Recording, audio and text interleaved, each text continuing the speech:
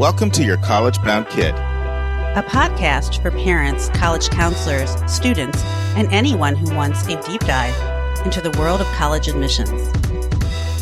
My name is Vince, and I've been doing admissions since 1989 and college counseling since 1998 in California. I'm Mark Stucker, and I'm the founder and producer.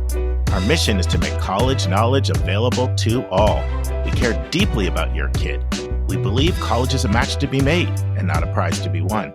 We believe in being genuine and transparent. We are committed to covering a variety of topics, including the tough subjects. Thanks to your generosity, we're committed to providing a minimum of 10 hours of fresh, commercial-free content every month, with episodes every Monday and Thursday. We have a variety of co-hosts because we believe and value diverse perspectives.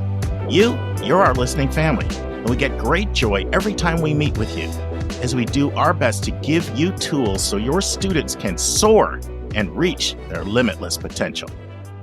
Good morning, friends. I had a most sensational trip in Myrtle Beach coming back from a family reunion. We had relatives from Minnesota, Colorado, California, North Carolina, and Georgia, and I was the organizer of everything. So it was awesome, but I'm back now. My brother Norm's still here. My nephew Alex is still here. They fly out to Denver later tonight. But home sweet home, right? There's nothing like being home and your own bed. And you know what? My podcast studio, like when I podcast on the road, I'm kind of petrified that the sound's going to be putrid. But when I'm in the comforts of my own studio, I'm like, okay, I can breathe the fresh air and say, home sweet home. So friends, a couple announcements and we'll dive into today's episode. So I just want to remind listeners that episode 600 is a community episode. It's for all of us to help each other, to be a listening family, support each other, and to share one thing that we have learned either about college admissions or college life that we'd like to pass on, each one to reach one, to help each other out. You just go to speakpipe.com/YCBK. That's SPEAKPIPE.com/YCBK. You'll see a big orange button. Click. If you mess up, you could do it again. You could say your first name and your state if you're comfortable, or you can just say your state without your first name, or you can even say a region of the country. The other day, somebody said I'm from the Southwest, and that's fine as well. We want to make that whole entire episode 600 just us learning from each other. So I would love it if you could go over there. And I want to thank those who have already done that, by the way. And then I wanted to put in a word for Counselors Connect. Thank everybody who came to our November meeting. It was really over the Thanksgiving break. Went over 10 different ways to evaluate if a college is financially stable or not. And then we broke into small groups to discuss them.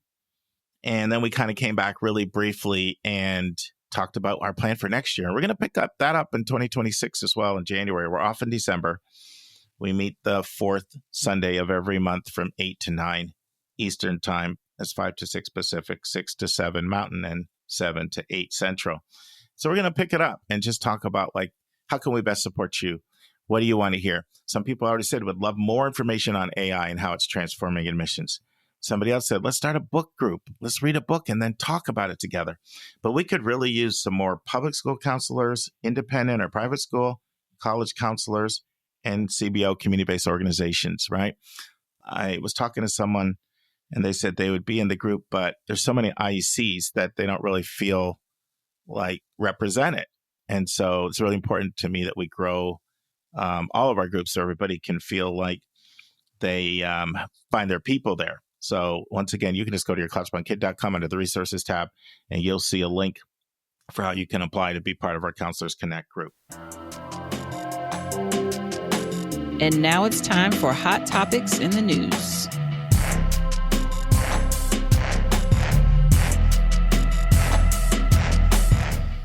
Friends, last Thursday, actually, Vince and I just hit the mic and started recording. And you're going to hear part 2 of Vince and I just chit-chatting about a range of things that hopefully you'll find interesting. Let's transition to that right now. What about other Southern flagship schools? Like UTK definitely is on the rise. Fabrizio's done a great job with them. What about Zero silence. South Carolina? South Carolina, more action there, definitely. What about Florida? Florida State. Do you get interest there? No, it's just last year was the first time. Is it the politics? Is it the politics of the state or other things, do you think? It's the requirement of a test score. Oh, yeah, that's true. Last year was the first time I had a student complete the app, and she got in. Wow. Oh, so you don't get much activity there at all. Mm-mm. Mm-mm. Nope. Nope. And you're talking about stuff from Metro LA, mostly Metro LA kids, right? Like Yeah. that's most, because what is that, like 70% of your clients, would you say, Vince, that come from Southern California, Metro LA? Would it be that Yeah. much? Yeah. Now that's interesting, getting that perspective. What about Rice? Boy, Rice is a hard sell. I love Rice. Every student Mm-hmm. I've ever sent there, and I've sent probably 15 over the years, Mm-hmm. they love it, but it's such a particular type of student. It's the kid or the student who should go to Stanford but is not getting in. Mm-hmm. They're terrific, but they're just not. Stanford is looking for something extraordinary in that DNA, Right. Yeah. and it just hasn't emerged in high school for these kids. And Rice sees that potential is there, and all those kids that went loved it and are doing exceptionally well. I think it's more beautiful, more cohesive than Stanford. I think it's better for students, for undergrads. There's a lot of good things about it. They don't have 600-person classes, I find, like Stanford. Some Stanford classes get up to 600. Yes. You know, I love their residential life. You know, they kind of have that Yale model. Yeah. The residential colleges. Yeah. Beautiful campus. It's got a lot of resources. Yeah, it's a really strong option. What about do you see interest? Is Georgia Tech hot with you as well? For STEM students, increasingly so. Like my students who are looking for strong tech opportunities or campuses, it's getting on the list. That's true here in LA, and it's true with students that I work with from the Northeast. Georgia Tech has done an exceptional job explaining or sharing its value. But sometimes I think it's one of those places where, if given an opportunity to look a little bit deeper, the students don't and the families don't look at it in the same way that they would look at it like Carnegie Mellon. Like, I feel like if they looked at Georgia Tech, they'd realize like, oh, this is a lot more fun if I can get in than Carnegie Mellon, And a slightly different kid too. Like, I mean, they have the weather and they have the sports. Those things can be very appealing to people. A lot of stuff around innovation, Midtown Atlanta. Is that a good location? I've actually never seen it. Oh, it's a great location. Nice. If you want to be in the city, but you still want self-contained campus, and like where they're at is really where there's a whole lot of stuff going on. Wow. So it's a great location for someone that wants the city, but they still want a protected campus. They still want a walled off campus and a campus feel. Like LMU. It's a big school. It's a big school. Mm-hmm. So you got to be, you know what I mean? It's not a mid-sizer. Mm. What about San Diego, USD? Will your families look at USD? Well, when they went back to early action, thank you, USD, November 1st. Like last year. Yeah. Shocking the universe and going back to early action because they only had one time you could apply, December 1st. I know. It was surprising they did that.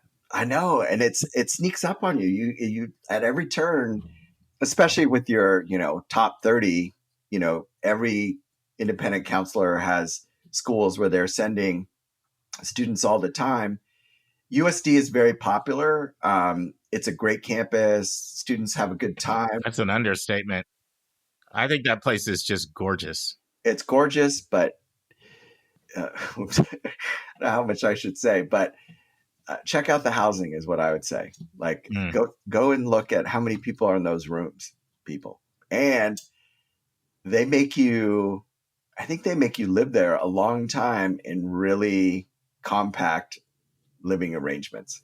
Well, I love their living learning communities that they have, and how they break the whole campus up along their themes. Mm-hmm. I mean, I like schools that have real values commitment, and I just so see that change maker commitment there. Mm-hmm. But I tend to see that with a lot of schools that it feels like a Jesuit school. It's not. It's Catholic, but it's not Jesuit. It feels like it could be a Jesuit school. Yes. A little more conservative on the Catholic sort of, spectrum than LMU or USF for sure. And I think that's because of San Diego is just more conservative with the military base there compared to, the environment around a place does impact the culture to some extent, right? LA and Berkeley, very progressive. Yeah. And the diocese, sort of the brand of Catholic that you are, there's some are more radical and others are not. I'm curious, Mark, I think for the end of the year, you got to do a show on what's Villanova like since the Pope went there. Yeah, I'm still figuring that out. You know what I would love your thoughts on, Vince? If you're working with someone and they're trans, yeah, and they see the trans hostility, and they kind of want to ask you what's safe, what's not safe. You get the same thing with Jewish families. It's everybody wants to. Safety is incredibly important, right? You want to put yourself in an environment that's safe. But what are your thoughts on that? Because that's obviously a question that comes up, and then things are changing, especially with legislation and states and things. And so, how do you kind of counsel when that question comes up? I think I advise, on two levels. One is the parent level. You've got to do your homework. You got to figure out, what's the tenor of the campus going to be in a state that is openly hostile towards treatment. And if you're getting certain types of treatment and the state is not conducive to that, that's going to make, you less comfortable and feel less safe. So, Texas, they're not, we'll talk about it later again, in the Compact article, they're trying to make very traditional definitions of gender identity sort of codified in both laws and the way campuses treat students. So I tell parents, you got to figure out the state, and then you've got to figure out the campus, and are they prepared with sort of an active, supportive environment. And it just takes, it doesn't have to be massive. There doesn't have to be, a student group of 200, genderqueer individuals or trans students on the campus. But if it's got a supportive community, both in terms of making that transition, but also there's trans students by the time they get to 18, they've been, they've transitioned for 7 years. They're ready to get out there and march and make a difference, So you have to sort of, the student's responsibility is then to check out the environment and then go to those when you're visiting those places, look at those organizations. Do you feel comfortable with the people who you're surrounded with? And if that's a match, then I think you go forward. And it doesn't necessarily always mean like a major city like San Francisco. Like I had a student who was on the spectrum, but gender spectrum, and they went to San Jose State, and they didn't find it very affirming. But they also they lived so far away from campus. I don't know how they would have accessed the resources that were probably there. Yeah, so I think you can find that at schools that are a little bit not in major cities, but you have to do your work to make sure that you're going to feel comfortable, and you have to look at from a macro level and a micro level. I have a CSU question for you. So a lot of times students will like CSUs. They like California. They like the price. Yeah. This could be true for Californians or non-Californians either. But then there's such a high percentage of commuters. Yeah. And then it just kills them when they see the residential commuter percentage. Yes. Now, obviously, Cal Poly's low and San Diego State, they're a little different. So those have enough of a residential population that it's usually not an issue for those. But what are the other CSUs that when someone says, I want a CSU, but I don't want to be, some of those numbers, and you look at like the Long Beaches and the Fullertons, I mean, the percentage of people that are commuting is really, really high. Do you like do you like direct them like Channel Islands, Monterey Bay? I mean, what are other places that you bring up? It's only San Diego State and San Luis Obispo. The rest, I mean, unless you're an international student, but because then you're seeing larger numbers at Fullerton or Long Beach or San Francisco State. Maybe San Francisco State, but it's literally only 3 of them. I mean, if you are coming from New York, you know, I have a student who actually I got introduced to her from the podcast. Oh, cool. Yeah, Good. she did. Good. That makes me happy. She reached out to you. Yeah, exceptionally well. She got into UCLA, San Diego, Santa Barbara, wow, San Luis Obispo. Obispo. To be strong. When you tell me somebody gets into UCLA, I know they're strong. But I mean, she did really well. But she went to San Luis Obispo. Was it the learning by doing? Was it that she liked, or just the strength of one of their programs? I think she felt like it was a little bit easier to manage. That the students weren't going to be completely intense, and she didn't want to go into an academic environment, even though she went to a great high school in Oregon. Yeah.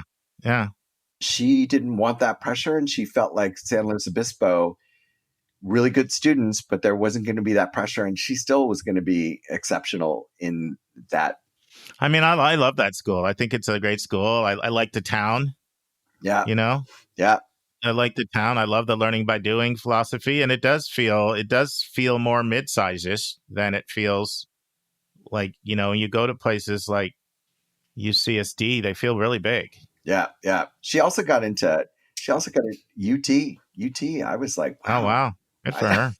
So they were very happy. Yeah. But I was proud of her because she stuck to her guns. Going into the fall, it was SLO, and then everything else around it would have been gravy, and so she had a lot of gravy. Are CSUs that you find besides SLO and San Diego State for a family that's kind of somewhat name conscious, but they're still okay with? Yeah. Like I've had some people that are like more open to Pomona lately. And I don't know, it feels like they have, I don't know if they feel like they're on the rise. It feels like they're on the rise a little bit. I'll have more families ask me about it. I don't know what your take is on it. You're right there. Yeah, I think that might be the Claremont College's influence. They also have some architecture on the campus that is world famous architects. So it's put it on the map a little bit, but it's, to me, really regional. Like, yeah, I had one student that came. These are all California. These are all California people that are. In terms of quality, it's great. Yes, don't get me wrong. If you're talking about Californians, yes, but yeah, Californians. These are Californians I'm talking about. Yeah, it's impressive. It's still sort of in a part of. If it's near the Claremont colleges, it's less than probably 20 minutes away, but it's like right off the freeway. I mean, to me, it's not my ideal college campus environment, but quality-wise, excellent, and beautiful. What about Pitzer? What do your families think about Pitzer? Pitzer is because it's part of the Claremont colleges, they think it's a great option. They completely benefit from being part of the 5 college system. They become academically, they're tremendous. But I don't have a lot of students that want a campus that small or that liberal. Yeah. You know, it's a tough admit is Claremont. Oof. That's a tough admit, isn't it? Between their ED, and they seem to really hone in on people really early with like who's gonna pick them, and they're doing the interviews, and they're really, and then they, most of the athletes that are part of CMS, Claremont. So listeners, if you don't know what we're talking about, so Claremont, Harvey Mudd, and Scripps form one athletic team, and then Pitzer and Pomona form the other. Yeah. But almost all the athletes are coming from Claremont. So there's a decent chunk of athletes. And then it's already a small school, and they're massively into ED.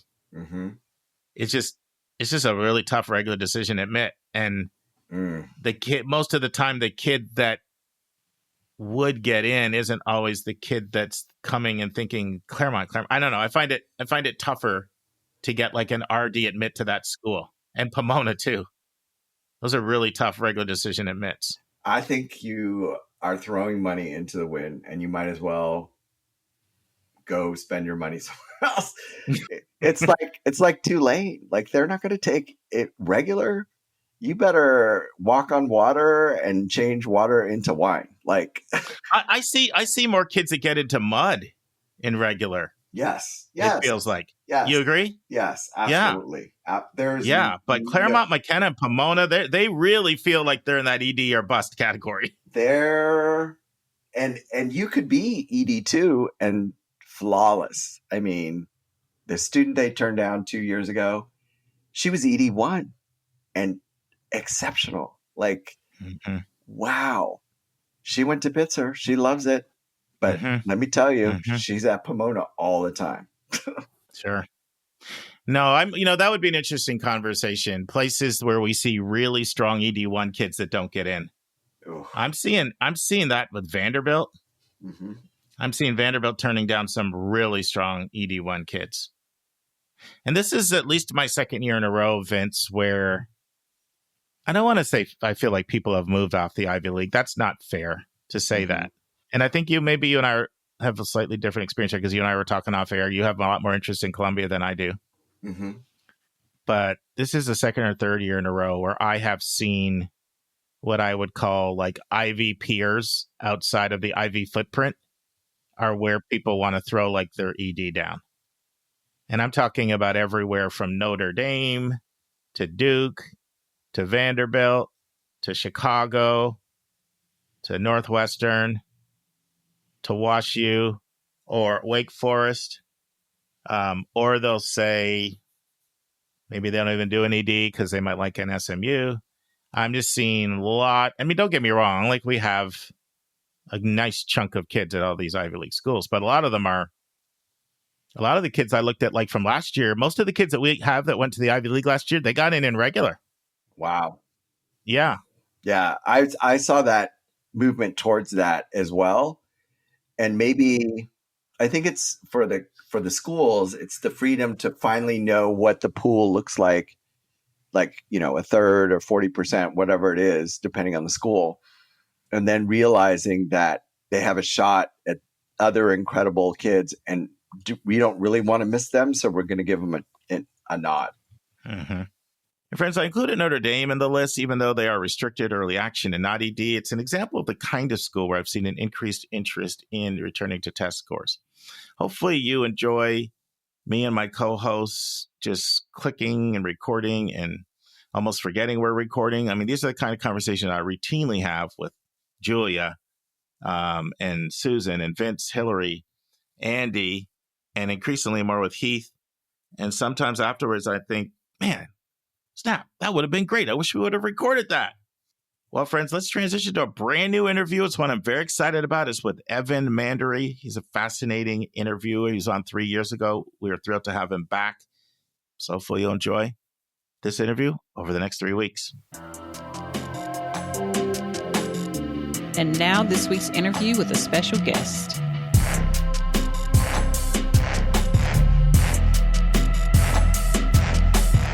Friends, I hope you have as much fun listening to this interview as I had doing it. It's a 3-parter, and each segment is a little lengthier. Like, I've tried to listen to you guys. The survey, you said you don't like the 5, 6, 7-parters. So some of these longer interviews, like this one went close to 2 hours. I'm still breaking it down into only 3 parts. So in part 1, Evan gives his background, and then he talks about his book, Poison Ivy, and he tells us how it led to a nonprofit organization called classactionorg, and talks about what that nonprofit organization actually does on elite campuses around the country. And then Evan gives an overview of the article that will be the basis for most of our interview. It was written for Mother Jones, and it's entitled How America's Elite Colleges Breed High-Status Careers and Misery.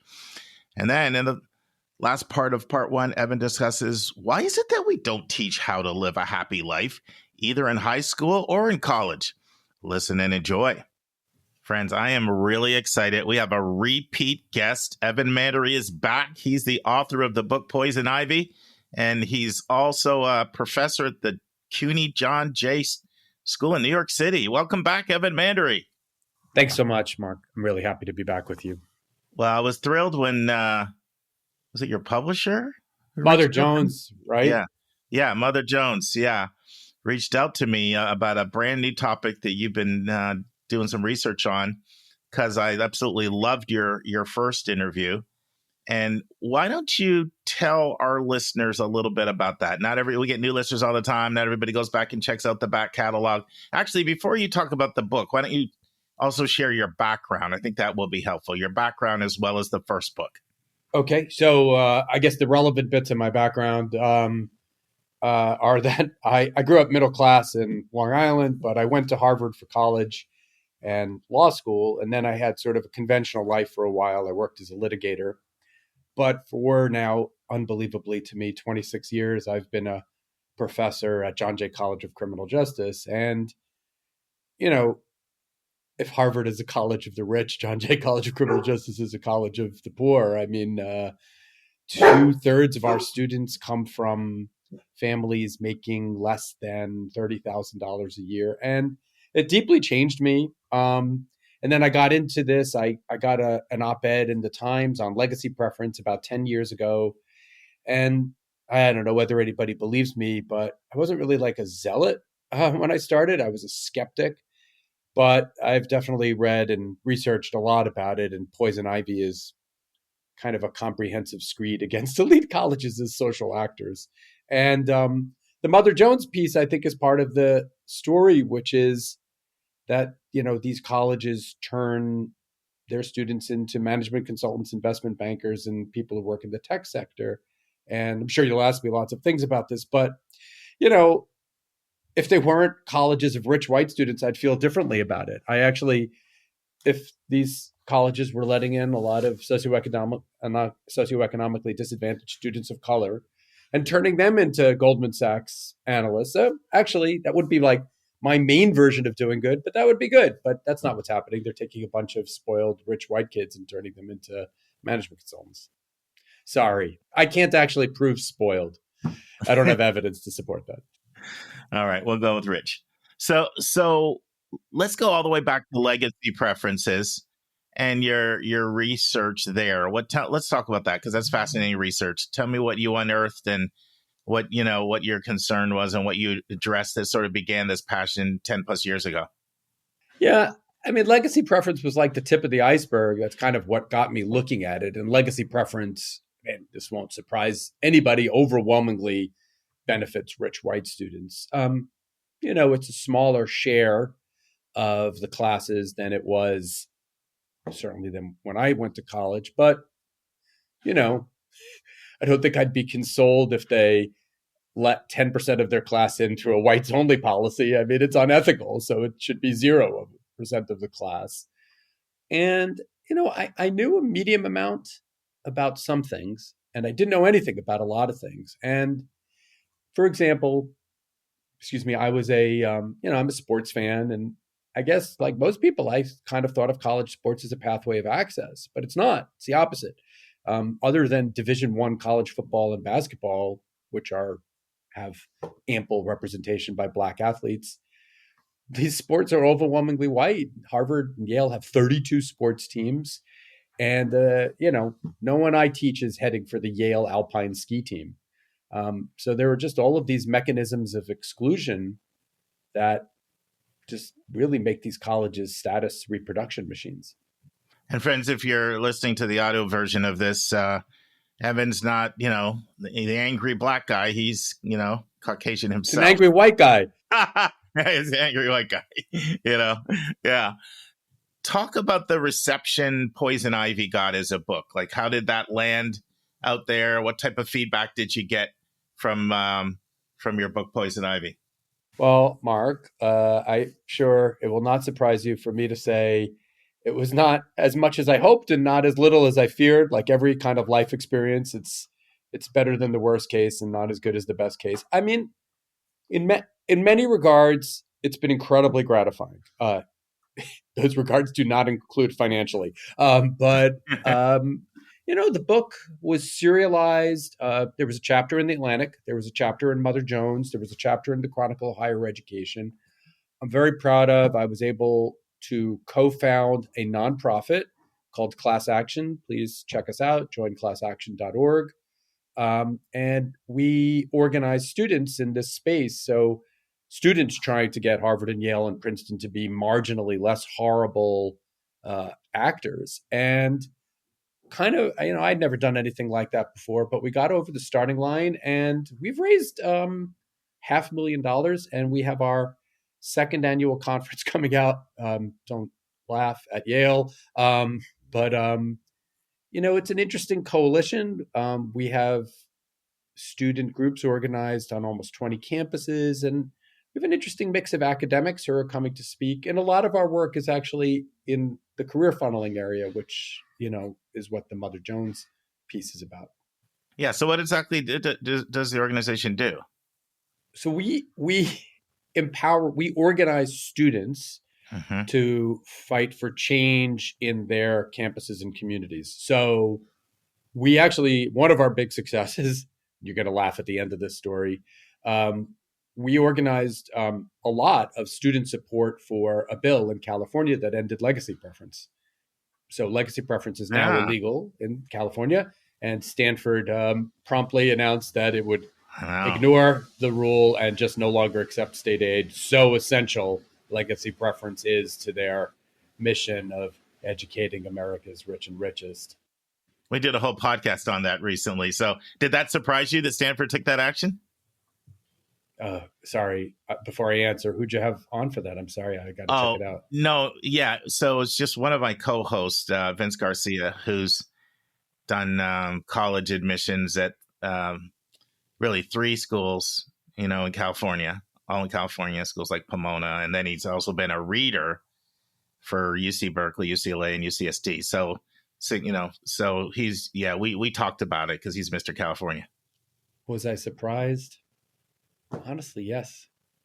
Because of the PR? Because you thought they wouldn't want to take the PR hit and be exposed? It's ethically indefensible. I mean, I thought we may have spoken about this, but, pre-SFFA versus Harvard, I thought if you could have had a candid conversation with a college president or, Bill Fitzsimmons, the legendary Harvard admissions officer, I think what they would have said is, look, we do this naughty thing.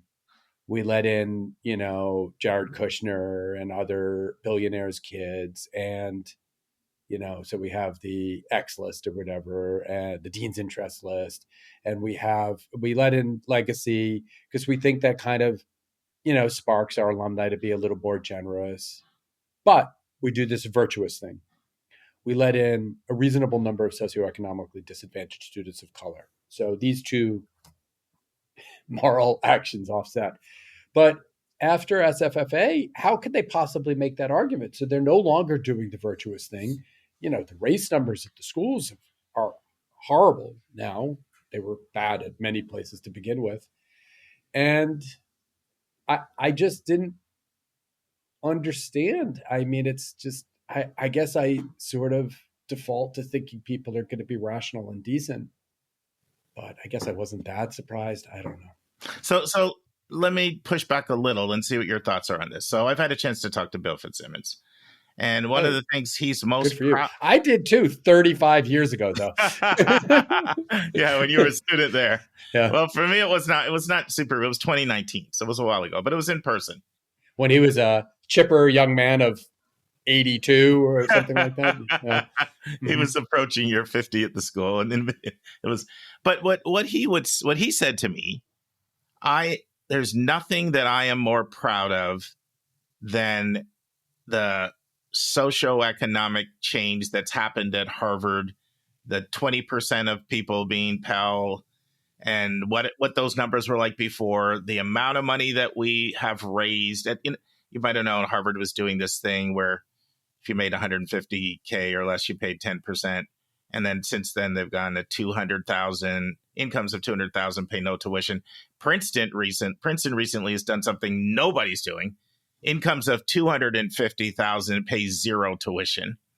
And there has been a movement with those schools to attract more families that at least make under that income level, and not, they're hitting $100,000 now, and all the freaking out of the cost, and not have the entire population just be full of affluent families.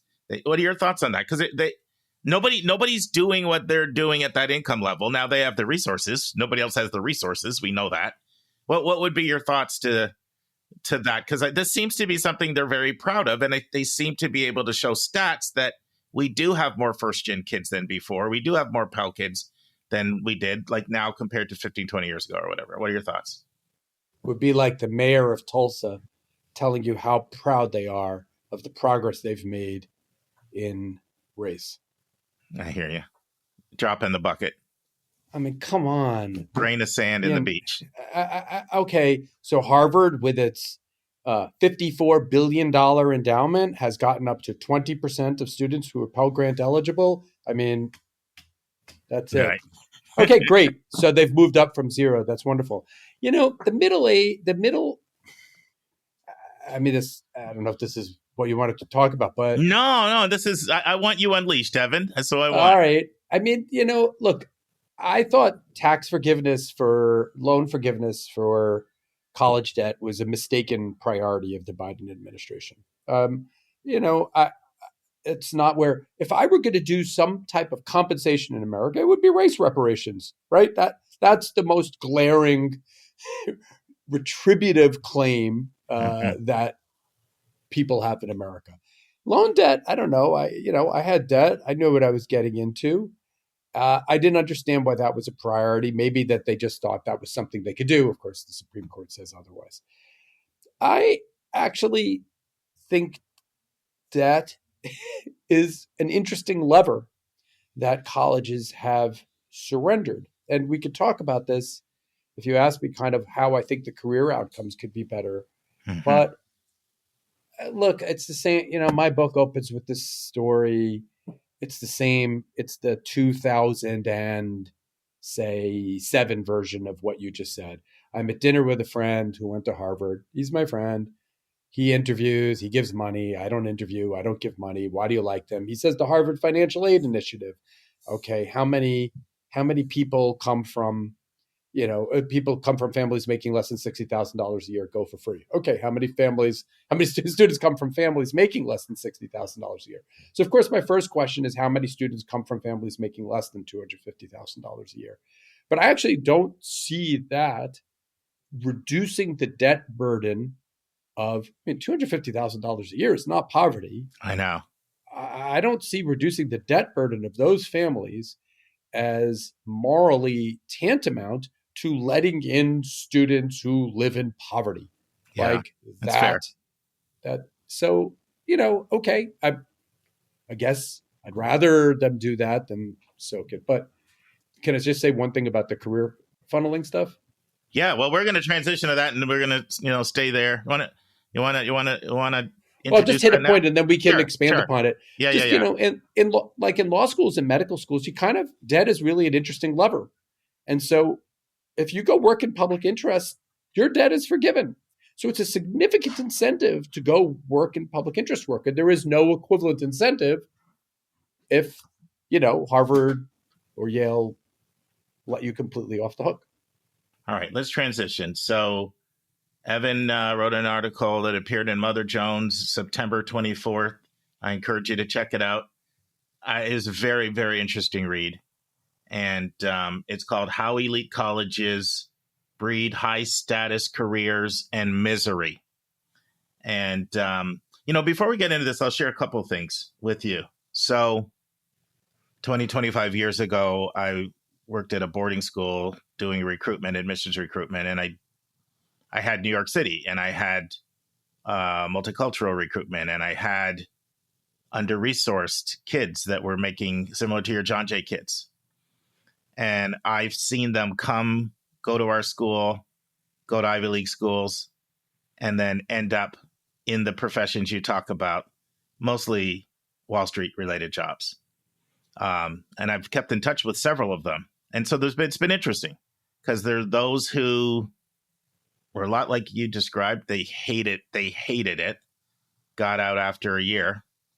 And then there are those who are still doing it now and are making crazy money and was nothing like they ever imagined. That's one thing. Then my best friend, other than my brother, who our listeners know was a podcast co-host on here for a long time. Now, black male, but coming from privilege. He went to Princeton and Harvard himself. His daughter ended up going to Yale. But he got very, very frustrated with are you coming home feeling like you need to go into either management consulting or investment banking? Where are you getting this from? He really was agitated about it. So she was feeling that type of pressure. And then one other story, I'm working with somebody now, Stanford alum, and he went from there into investment banking, but he kind of felt pressured into that because that's what everybody was doing. And that's what the zeitgeist and the ethos of the place. And he hated it. He was very miserable. So I'm now working with his students, but he speaks out very frequently about, I know the type of pressure. So, you know, the book that the Yale professor wrote on this. Dan Markovitz, the meritocracy yes. trap. Yeah. He's speaking at Class Action's conference next week. Oh, no. No. You mean Bill Excellent Sheep. Yeah, Excellent Sheep. I can't pronounce his last name, sorry. Yes. Yeah. But he wrote Excellent Sheep on this book, right? Steering kids into this. So I have seen this steering, and I've seen how people pick up something in the atmosphere when they go to these schools, and they weren't thinking about these things at all. Like a lot of the students I'm talking about, I can think of one guy, he grew up in New Jersey, parents from Haiti, under $40,000 income. He wanted to be a cardiologist from the time I met him. Cardiology. Next thing I know, he's on Wall Street. So I've sort of seen this. But anyway, I just want you to know, I identify anecdotally with a lot of experiences of people going to elite schools, no intention at all of going to Wall Street or management consulting, and then finding themselves there after they had told me for years they were passionate about some other service-related profession. I'm glad you see the same reality that I do. I've just experienced it, in the last 25 years. So anyway, talk to me a little bit about where you even got the idea for doing this article in the first place. Well, I cover it a bit in Poison Ivy. I cover the issue a bit. I mean, it's no news to you, and it's not going to be news to most people in your audience that 50 to 60% of graduates at these colleges go into management consulting, investment banking, in the tech sector. So I discuss it in the book, and I probably said this to you 2 years ago, whatever, but all right, these colleges get a massive tax break, $20 billion a year collectively. I can only kind of come up with two versions of serving the public interest. Either they let in a really diverse group of students and promote many of them out of poverty to affluence, or out of poverty at least. Well, that's not the case. They're letting in overwhelmingly rich kids and making them richer, and some poor kids. Or they're taking rich white kids and turning them into, promoters of the public good. And it's not the case. So I just feel like they've kind of got to do one or the other. And then as an educator, I mean, it's bizarre to me that we don't engage students on what it takes to live a happy, meaningful life. For my students, I actually run a life course, and I'm like, okay, here are all the mistakes I've made so far and continue to make. But, I know these paths don't work. I don't know that this path necessarily works, but chasing money and status is just a black hole. And then, the young man that's the subject of the article, I met him. I was speaking at Stanford. Somebody introduced me to him, and they were like, he might want to do a story about this. And I was like, all right. So I think it was 8 months start to finish. I mean, he's my friend now. He's a wonderful guy. But I got lucky in that he wanted to leave McKinsey. Evan, why don't you tell our listeners his story? Because most people will not have read the article. Yeah, of course.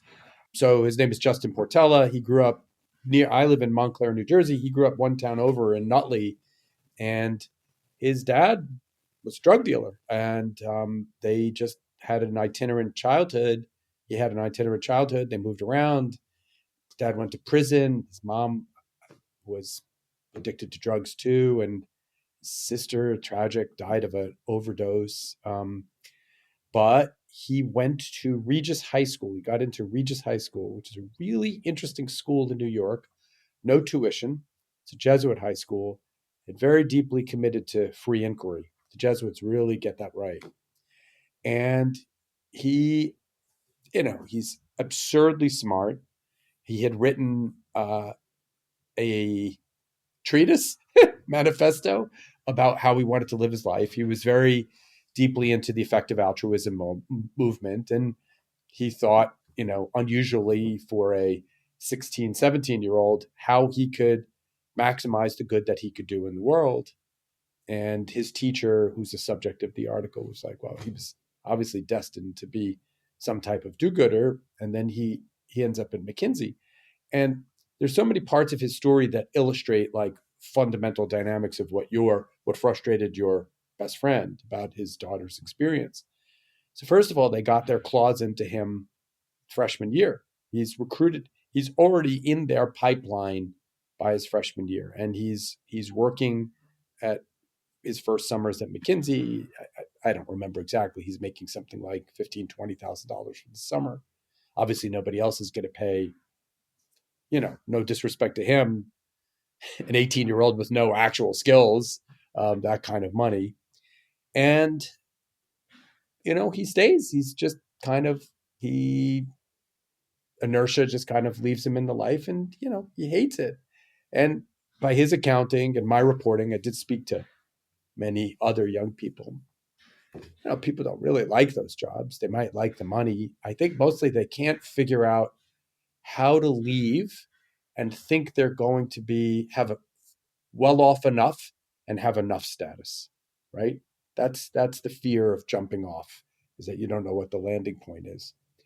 And what the colleges do, what your friend is sensing is there's a lot of markers. So this, I don't need to tell you, everybody in this universe, everybody who goes to these colleges is super high academic achiever. They are like trained to respond to status markers. And, when Goldman Sachs is having its recruiting event at the Charles Hotel, you start to think that that's what you should do. And, there's multiple, we could talk about some of the research that informs this, but, there's an article by a sociologist named Amy Binder, and she has all these statements from people saying, you can't go be a teacher. I mean, I really don't know. I believe I must make the least money of anyone in my college graduating class who's still working. And I don't think I bet there aren't 5 teachers in the lot. No, I wouldn't. That wouldn't surprise me at all. You said something fascinating. We don't teach sort of what makes people happy, or, the essence of life. I misquoted you, but. You got it. Yeah. Expand on that. Why don't you think that happens? Well, I mean, I don't exactly know. There are examples. This is really cool. I cited a couple examples in the piece of professors who do engage their students this way. So there's a guy at Stanford named Bill Burnett who has a whole Design Your Life workshop. It's very cool, fun. There's a professor at Yale who has a course on how to live a happy life. I don't think there's any incentive structure for people to do this work. Unless you're a psychologist, it'd be very hard to publish off of it. So it's not going to get you tenure. I think you could teach off of it. I think that could happen. But maybe it would be perceived that it's not rigorous. But when I do it, it's rigorous. I give people data. I show them, I plot family income and, measures of happiness. It just hasn't been a priority. Now, the most cynical thing to say is it doesn't serve the college's interest because they want to have a lot of investment bankers in their graduating class. All right. So let me push back a little.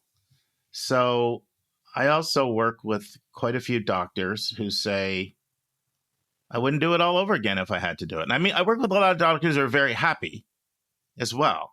There's great joy in this, but there's a lot of frustration. I didn't get out of college till I was 30 or 31. You got $500,000 worth of debt. And now everything's being taken over by private companies, the insurance companies, and you can't really help the patient or, I mean, I don't know, questioning if it's worth it. I'm doing all of this, and there are quite a few that are like, you know what? I might have gone a route that you're talking about here. I've had to do it all over again because it's a lot of time. It's a lot of money. It demands everything of you. And you can't even really practice true medicine in the way that's best for the client anymore. And so some of those families kind of like it when their kid starts looking at some of these kinds of professions. That's one thing. What are your thoughts on that? Yeah, I think the medical profession is a little bit of a special case. Freakonomics just did a podcast. I don't mean to acknowledge your competitor, but no. We support. I was kidding. No, we've encouraged we're not about competitor. We're about anything that helps people learn. We promote it. Of course. Yeah, I was kidding. Freakonomics just did a series on the shortage of doctors in the United States. So I feel like that's a different question, which is, did I get what I bargained for when I entered this profession? And I am very sympathetic to doctors who say, I want to treat patients. I don't want to spend time, talking to insurance companies. That makes sense to me. So I feel like that's a question about whether it makes sense to go and become a doctor today. By the way, when I went to college, I'm 58, so we're contemporaries. When I went to college, being a lawyer and a doctor, those were the high status professions. Now those are sort of like low, medium status service professions. There aren't big numbers of Ivy League graduates going into medicine. So that one feels like a special case. I will say, though, just because I doubt myself about everything, my wife is a college professor. She's a sociologist. She's taught at John Jay for 23 years. I've been here 26 years. So when I was a lawyer, when I left being a lawyer, I was making about $300,000 a year in 2000. And then I didn't again cross $100,000 till 2017. And, we're not poor, but we've lived month to month our whole life, our whole time. We've been married for 18 years. And so I understand that. And I've thought about it myself. I don't begrudge people going and making money. I begrudge institutions cultivating students, young people, to think that that is the only pathway to happiness. Oh, that's very fair. I blame the institution. I don't blame the individual. I like how you said that. So here's another pushback. I think a lot of people would say Jensen Huang has done a lot of good for society. Not that you have to be Jensen Huang to do that, but just because you go into tech or management consulting or even investment banking, now by nature of that, you can still some people's way they do good is they use their resources and do a lot of philanthropy. I'm a private college coach.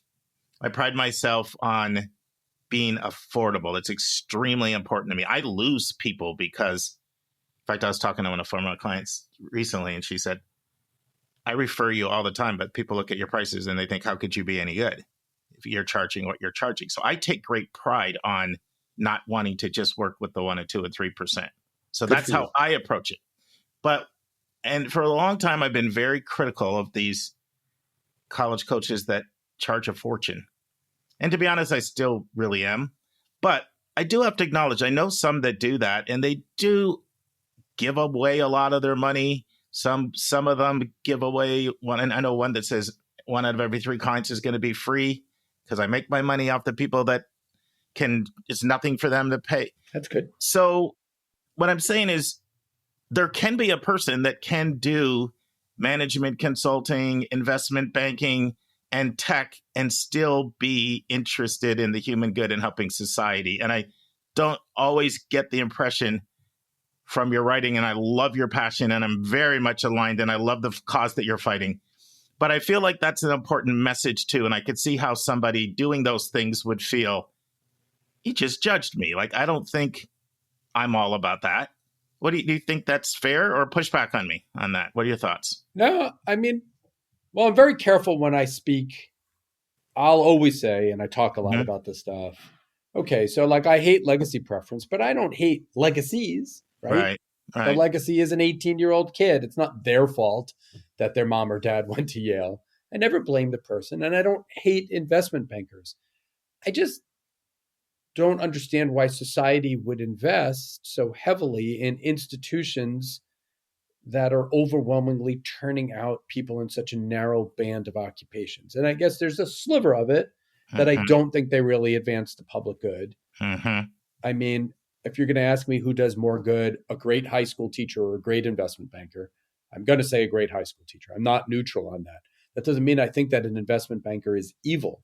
But, you know, if I were running a college and all we turned out were a bunch of people who, you know, 22% of our class wanted to get Russian literature PhDs, and 17%, wanted to go work at Walmart, and 23, like, I just would also be confused if what we were doing was leading people to think that there are only 3 jobs that really make sense for them.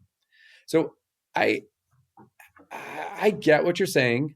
I mean, you're not the only person to ever say it to me. I don't mean this to, I don't know if this would be hurtful. I don't care. Like, I'm not worried about hurting a management consultant's feelings. I feel like they're going to be okay. But I never said that I think management consulting is bad. I just said, I don't really think it's public interest work. And I note that these colleges are habituated, acclimated to steering students into these 3 careers. But I'll never say that they're evil. I'm not going to say that the people are evil. I'm just going to say the institutions are deeply problematic. Friends, this concludes this part of my interview with Evan Mandery. Hope you'll join us next week for the next part. Friends, if you like questions from a listener, you're getting 2 of them on Thursday's episode. One is with Susan and Kate and me, and the other is with Hillary and me. And then you're going to get a brand new interview with Tom Ellett. Tom is the first in the country ever to be a Chief Experience Officer, and he's at Quinnipiac University in Hamden, Connecticut. And Tom's going to give us some great pointers on how a college student can really excel while they're in college. So, friends, decisions are coming out now. Like the rolling admission schools, they've been out with decisions for quite a while. But now some of the early action schools, like UGA, came out with their in-state early action decisions. Wake Forest is already out with early decisions, commitments, just to name a couple examples. They're coming out, and it's more important than ever that we never forget. It's not where you go. It's not where you go. It's not where you go. It's what you do when you get there, and it's what you do when you get out of there. That is what will determine your career success. See you on Thursday, friends. And that's our show. A big thank you to you, our listeners, for tuning in this week. If you find this podcast helpful, please follow us and you will get every single episode as soon as they are released. If you want to support our podcast, you can click the share button and send it to your friends and acquaintances. You can say positive things about your college-bound kid on your social media feed. And you can help us stay commercial-free and pay our staff by donating on the yourcollegeboundkid.com website. You can write a review for us on Apple or Spotify. And if you have a question or a recommendation, just go to speakpipe.com/YCBK, hit the orange button, and speak. We will do our best to get your question in your own voice on an upcoming episode. I am the producer of the podcast, and I live in Metro Atlanta. We have a fantastic team that has over 200 years of admissions and counseling experience. Shout out to our co-hosts, Dr. Lisa Ruff in North Carolina, Susan Tree in Pennsylvania, Vince Garcia in California, Julia Esquivel in Massachusetts, Linda Depker in Missouri, Andy Strickler, the Chief Enrollment Officer at Connecticut College, New London, Connecticut, Hillary Dickman, an Admission Officer at Colorado College in Colorado Springs, and our international admissions expert, Kevin Newton in Dallas, Texas. Our sensational sound engineer is Nemanja Motvich. Our amazing music is from Victor Allen Weeks. Marketing designs from Kimberly Bloss. Our reliable webmaster is Stylionis Dimitru. Website updates are done by Joyce Stucker. Our image editor is Vlad Honchar. If you want to have a coaching session with me, just text me at 404-664-4340. If you want to reach someone else on our team, all of our bios with contact info can be found at yourcollegeboundkid.com under the About YCBK tab. If you want to get our free monthly YCBK newsletter, YCBK Plus, it is also under the About YCBK tab. If you want to see our recommended books and websites, they are on our website under the Resources tab. While you're on our website, check out our hundreds of interviews in their entirety. Check out our college spotlights, our blog, and our upcoming events. We think of you as our listening family, and we look forward to meeting with you every single Monday and every single Thursday.